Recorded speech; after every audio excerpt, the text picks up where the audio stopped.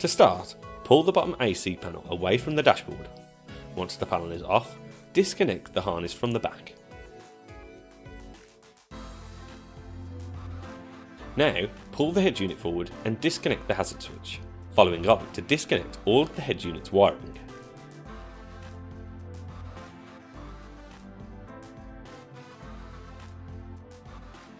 Remove the screws located atop both of the fans.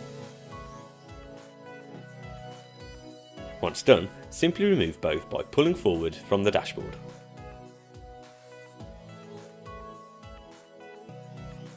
Grab the CTS IZ001.2 stalk adapter which comes with the kit and begin to attach the relevant connections. These include the Connect2 interface and the patch lead. Once everything is wired up correctly, begin to attach and stow away the head unit.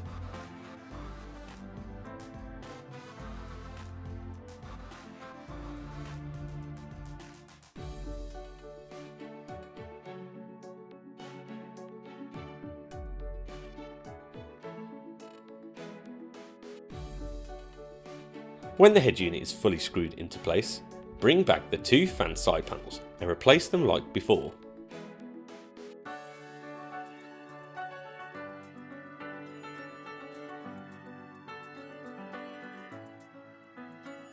At this point, you should now have placed your original hazard switch button into the CT23IZ01 fascia panel.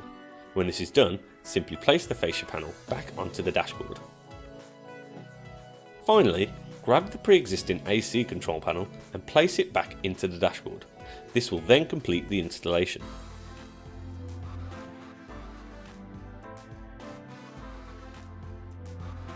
Now when you turn your vehicle on, your new head unit will work in correlation with the steering wheel controls, retaining the volume, track, source and phone buttons like original.